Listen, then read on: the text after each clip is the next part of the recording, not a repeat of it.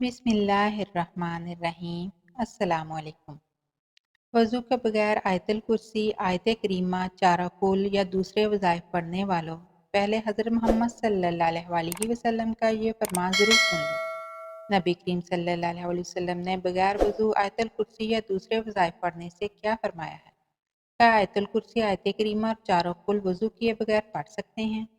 اس video میں یہ تمام معلومات فراہم کی جائیں گی، لیکن پہلے یہ جان لیجئے کہ اگر آیت الکرسی کو وضو کرنے کے بعد اسے تلاوت کریں تو اللہ تبارک تعالیٰ پڑھنے والے کو 40 سال کی عبادت کا ثواب عطا فرماتا ہے، 40 درجے بلند کرتا ہے اور 40 حوریں عطا کرے گا۔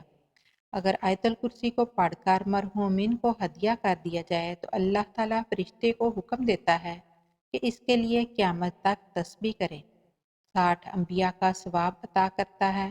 اس کی قبر میں 40 شمع داخل کرتا ہے جس کا نور مشرق سے مغرب تک پھیل جاتا ہے، اس نور سے اس کی قبر وسیع ہو جاتی ہے۔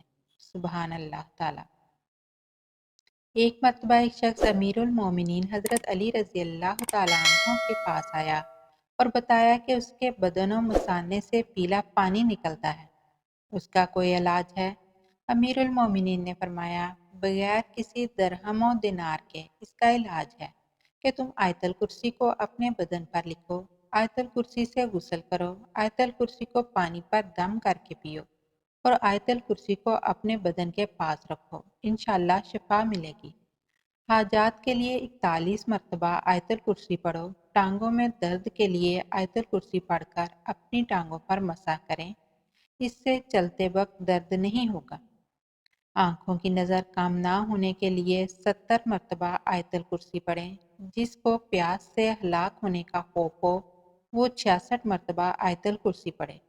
سلامتی سے پہنچنے کے لیے 7 مرتبہ آیت الکرسی پڑھیں، مرحوم کی قبر پر 7 مرتبہ آیت الکرسی پڑھیں، اللہ تعالیٰ قبر پر رحمت نازل کرے گا۔ جیل سے جلد رہائی کے لیے 1000 مرتبہ آیت الکرسی پڑھیں، مریض کی شفا یابی کے لیے 3 دن لگاتار 101 مرتبہ آیت الکرسی پڑھیں، سر درد کے لیے 7 مرتبہ آیت الکرسی پڑھیں، لوگوں کے دلوں میں اچھی نیت سے محبت پیدا کرنے کے لیے 41 بار پڑھ کر پانی پر دم کریں اور پانی پلا دیں، کام میں آسانی پیدا کرنے کے لیے سورۃ علم نشرح اور آیت الکرسی 10 مرتبہ پڑھیں، بچوں کو بلاؤں سے سلامتی کے لیے 40 مرتبہ آیت الکرسی پڑھیں۔ آیت الکرسی پڑھنے کے فضائل بہت زیادہ ہیں، لیکن یہاں پر ہم اس کی چند خاص کر ذکر پر ہی اکتفا کرتے ہیں، اس لیے آپ سے گزارش ہے کہ ویڈیو کا آخر تک ضرور دیکھیے گا۔ ہر روز شام کو پڑھنا چور ڈاکو اور آتش زدگی سے محفوظ رکھتا ہے۔ ہر واجب نماز کے بعد اس کا پڑھنا رزق میں فراوانی کا باعث ہے۔ نبی کریم صلی اللہ علیہ وسلم سے منسوب ہے، ایک روایت میں ہے کہ جو شخص فرض نماز کے بعد آیت الکرسی کی تلاوت کرے گا، خدا اس پر نگاہ رحمت کرے گا اور آسمان سے ایک فرشتہ بھیجے گا جو دوسرے دن اس وقت تک اس کی طرف نیکیاں لکھے گا اور برائیوں سے چشم پوشی کرے گا۔ دوسری جگہ وارد ہوا ہے کہ جو آیت الکرسی پڑھے گا، خدا خود اس کی روح قبض کرے گا اور وہ اس شخص کی طرح ہوگا جس نے پیغمبروں کے ساتھ رہ کر جہاد کیا ہو اور شہید ہوا ہو۔ موت کے بعد بلا فاصلہ جنت میں جگہ ملے گی، اس کی تلاوت سے فکر و فاقہ دور ہوتا ہے، خدا کی طرف سے امان نامہ ملتا ہے، رزق میں وسعت ہوتی ہے اور خدا اپنے فضل سے اس کے مال میں اضافہ کر دیتا ہے۔ نبی کریم صلی اللہ علیہ وسلم نے فرمایا، اے علی، آیت الکرسی میں 50 کلمات ہیں اور ہر کلمے میں اللہ عز و جل کی عطا کردہ 50 برکات ہیں۔ آیت الکرسی کا مقام وہ ہے جو ایک پہاڑ میں چوٹی کا ہوتا ہے۔ امام محمد باقر رضی اللہ تعالیٰ عنہ نے فرمایا، ایک مرتبہ آیت الکرسی پڑھنے والے کی دنیا کی 1000 مصیبتیں اللہ تبارک تعالیٰ ختم کرتا ہے، جس میں کم از کم غربت اور آخرت میں عذاب قبر سے نجات حاصل ہوتی ہے۔ ابی بن کعب رضی اللہ تعالیٰ عنہ بیان کرتے ہیں کہ نبی کریم صلی اللہ علیہ وسلم نے ان سے سوال کیا کہ کتاب اللہ میں سب سے عظیم آیت کون سی ہے، تو وہ کہنے لگے کہ اللہ اور اس کے رسول صلی اللہ علیہ وسلم کو ہی زیادہ علم ہے۔ یہ سوال کئی بار دہرایا گیا اور پھر فرمانے لگے کہ وہ آیت الکرسی ہے۔ فرمانے لگے، اے ابو منظر، علم مبارک ہو اس کی قسم جس کے ہاتھ میں میری جان ہے، اس آیت کی زبان اور ہونٹ ہوں گے، عرش کے پائے کے ہاں اللہ تعالیٰ کی پاکی بیان کر رہی ہوگی۔ عبداللہ بن ابی کعب رضی اللہ تعالیٰ عنہ بیان کرتے ہیں کہ ان کے والد کے پاس کھجوریں رکھنے کی جگہ تھی۔ عبداللہ رضی اللہ تعالیٰ عنہ بیان کرتے ہیں کہ میرے والد اس کا خیال رکھتے تھے، تو ایک دن انہوں نے اس میں کھجوریں کم دیکھیں۔ وہ بیان کرتے ہیں کہ انہوں نے اس رات پہرا دیا تو رات ایک نوجوان کی شکل میں آیا۔ میں نے اسے سلام کیا اور اس نے جواب دیا۔ والد کہتے ہیں، میں نے اسے کہا تم جن ہو کہ انسان؟ اس نے جواب دیا کہ میں جن ہوں۔ وہ کہتے ہیں، میں نے اسے کہا اپنا ہاتھ دو۔ اس نے اپنا ہاتھ دیا تو وہ کتے کے ہاتھ کی طرح اور بالوں کی طرح تھا۔ میں نے کہا جن اسی طرح کے پیدا کیے گئے ہیں۔ کہنے لگا کہ جنوں میں تو مجھ سے بھی سخت قسم کے جن ہیں۔ میں نے کہا کہ تجھے یہ چوری کرنے پر کس نے ابھارا؟ اس نے جواب دیا کہ ہمیں یہ اطلاع ملی کہ آپ صدقہ خیرات پسند کرتے ہیں، تو ہم نے یہ پسند کیا کہ ہم تیرا غلہ حاصل کریں۔ عبداللہ بن ابی کعب کہتے ہیں کہ اسے میرے والد نے کہا وہ کون سی چیز ہے جو ہمیں تم سے محفوظ رکھے؟ اس نے جواب میں کہا کہ یہ آیت الکرسی ہے۔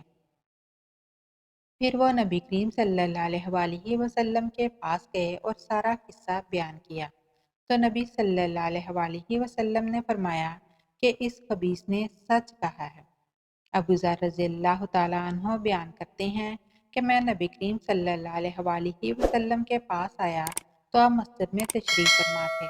نبی صلی اللہ علیہ وسلم نے فرمایا، اے ابو ذر، کیا تو نے نماز پڑھی؟ میں نے نہیں میں جواب دیا، تو نبی صلی اللہ علیہ وسلم فرمانے لگے، اٹھ کر نماز پڑھو۔ میں نے اٹھ کر نماز ادا کی اور پھر بیٹھ گیا، تو نبی پاک صلی اللہ علیہ وسلم فرمانے لگے، اے ابو ذر، انسانوں اور جنوں کی شر سے پناہ طلب کرو۔ وہ کہتے ہیں کہ میں نے رسول کریم صلی اللہ علیہ وسلم سے کہا کہ کیا انسانوں میں بھی شیطان ہوتے ہیں؟ تو نبی کریم صلی اللہ علیہ وسلم فرمانے لگے، جی ہاں۔ میں نے کہا نماز کا کہا؟ تو نبی کریم صلی اللہ علیہ وسلم نے فرمانے لگے، یہ اچھا موضوع ہے، جو چاہے زیادہ کر لے اور جو چاہے کم کر لے۔ وہ کہتے ہیں، میں نے کہا روزے کے بارے میں؟ نبی صلی اللہ علیہ وسلم فرمانے لگے، فرض ہے، اس کا اجر دیا جائے گا اور اللہ تعالیٰ کے ہاں اور زیادہ اجر ملے گا۔ میں نے کہا، اے اللہ کے رسول صلی اللہ علیہ وسلم، صدقہ؟ تو وہ کہنے لگے، اس کا اجر ڈبل سے بھی زیادہ ہوتا ہے۔ میں نے کہا، کون سا صدقہ بہتر ہے؟ تو فرمایا، قلیل اشیاء کے مالک کا صدقہ کرنا اور یا پھر فقیر کو چھپا کر دینا۔ میں نے کہا، اے اللہ کے رسول صلی اللہ علیہ وسلم، سب سے پہلا نبی کون تھا؟ فرمانے لگے، آدم علیہ السلام۔ میں نے کہا کہ اے اللہ کے رسول، کیا وہ نبی تھے؟ نبی صلی اللہ علیہ وسلم نے فرمایا کہ وہ نبی مکلم تھے، اللہ تعالیٰ کے ساتھ بات چیت کی تھی۔ میں نے کہا، اے اللہ کے رسول صلی اللہ علیہ وسلم، آپ پر جو نازل کیا گیا ہے اس میں سب سے عظیم کیا ہے؟ فرمایا، آیت الکرسی، اللہ لا الہ الا هو الحی القیوم۔ ناظرین کرام، اب آئیے اپنے آج کے سوال کی جانب چلتے ہیں کہ کیا بغیر وضو کی حالت میں آیت الکرسی پڑھ سکتے ہیں؟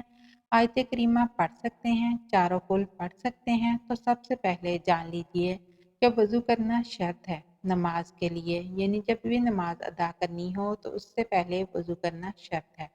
اب یہاں سوال یہ اٹھتا ہے کہ ایک شخص کا وضو پہلے سے ہی موجود تھا اور اگلی نماز کا وقت ہو گیا، تو کیا وہ پھر سے وضو کرے گا؟ تو جان لیجئے کہ اگر وضو کو فاسد کرنے والا کوئی کام یا کوئی چیز اس کے ساتھ رونما نہیں ہوئی اور اسے کامل یقین ہے کہ اس کا وضو قائم ہے اور اگلی نماز کا وقت شروع ہو گیا، تو اس کے لیے اسے وضو کرنے کی ضرورت نہیں ہے۔ لیکن یاد رکھیے کہ قرآن کریم کی تلاوت کے لیے وضو کرنا شرط نہیں، ایک شخص بغیر وضو کے بھی چلتے پھرتے اور اپنے روزمرہ کے کام کاج سر انجام دیتے ہوئے قرآن پاک کی تلاوت کر سکتا ہے، لیکن یاد رکھیں کہ قرآن پاک کو چھونے، پکڑنے اور قرآن سے دیکھ کر تلاوت کرنے کے لیے وضو شرط ہے۔ البتہ اگر آپ کو وہ سورت زبانی یاد ہے جو آپ پڑھنا چاہتے ہیں تو پھر ان کو زبانی پڑھنے کے لیے یا تلاوت کرنے کے لیے وضو کرنا شرط نہیں ہے۔ لہٰذا ہر ایک مسنون دعا خواہ وہ گھر سے باہر نکلنے کے لیے ہو، گھر میں داخل ہونے کے لیے ہو، سفر پر جانے کے لیے ہو، اذان کا جواب دینے کے لیے ہو، بیت الخلاء میں جانے اور باہر آنے کے لیے ہو، کھانا کھانے سے پہلے یا کھانا کھانے کے بعد کی ہو، وہ آپ بغیر وضو کے بھی جب بھی چاہیں پڑھ سکتے ہیں۔ بہت سی دعائیں قرآن کریم سے لی گئی ہیں۔ جب ان دعاؤں کو بغیر وضو کے پڑھ سکتے ہیں تو قرآن پاک کو بھی بغیر وضو کے پڑھ سکتے ہیں، لیکن جب زبانی پڑھنا ہو۔ اب یہ بھی جان لیجیے کہ آیا ناپاکی کی حالت میں آیت الکرسی، آیت کریمہ اور چاروں کل پڑھ سکتے ہیں یا نہیں؟ ناظرین کرام، جی ہاں، ناپاکی کی حالت میں آپ تمام وظائف کو پڑھ سکتے ہیں، ذکر و اذکار کر سکتے ہیں، کلمہ شریف و درود شریف، چاروں قول شریف یا جو بھی روزمرہ کے وظائف آپ پڑھتے ہیں وہ ناپاکی کی حالت میں بھی پڑھ سکتے ہیں۔ مثلاً میاں بیوی نے آپس میں صحبت کی، غسل نہیں کیا اور سونے لگے تو وہ سونے سے پہلے چارہ قول ضرور پڑھیں۔ اسی طرح اگر عورت حالت حیض میں ہے اور وہ ذکر و اذکار کرنا چاہتی ہے، مثلاً کلمے، درود یا کوئی دیگر وظائف پڑھنا چاہتی ہے تو بغیر کسی تردد کے اور پورے اطمینان کے ساتھ پڑھ سکتی ہے۔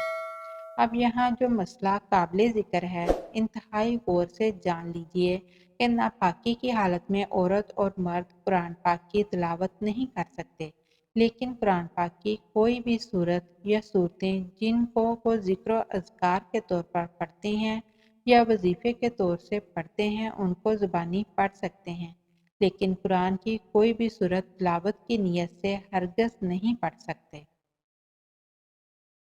اب یہاں ناپاکی کی بھی اقسام بیان کرتے چلیں کہ اگر حالت جنابت میں ہے یا حالت حیض و نفاس میں ہے یا خواتین کے کپڑے چھوٹے بچوں کے پیشاب یا پخانہ کر دینے کی وجہ سے ناپاک ہو چکے ہیں، یا مرد حضرات جو باہر کام کرنے کے لیے گئے، باہر کیچڑ یا گٹر کا پانی وغیرہ ان کے کپڑوں پر لگ گیا، تو یہ تمام حالت ناپاکی کی حالتیں ہیں۔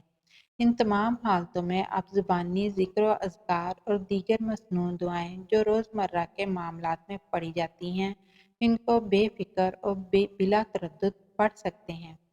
ہرگز کوئی قباحت نہیں ہے۔ اب کچھ لوگ یہ پوچھیں گے کہ اگر ناپاکی کی حالت میں بھی ذکر و اذکار کر سکتے ہیں اور بغیر وضو کے بھی کر سکتے ہیں تو پھر دونوں میں فرق ہی کیا ہے؟ تو ناظرین کرام، فرق یہ ہے کہ بغیر وضو آپ قرآن کو چھونے کے بغیر قرآن کی صورتوں کو تلاوت بھی کر سکتے ہیں، جبکہ ناپاکی کی حالت میں اگرچہ آپ ذکر و اذکار اور وظائف کی نیت سے قرآن کی صورتیں پڑھ سکتے ہیں، لیکن تلاوت کی نیت سے قرآن کی صورت زبانی بھی نہیں پڑھ سکتے۔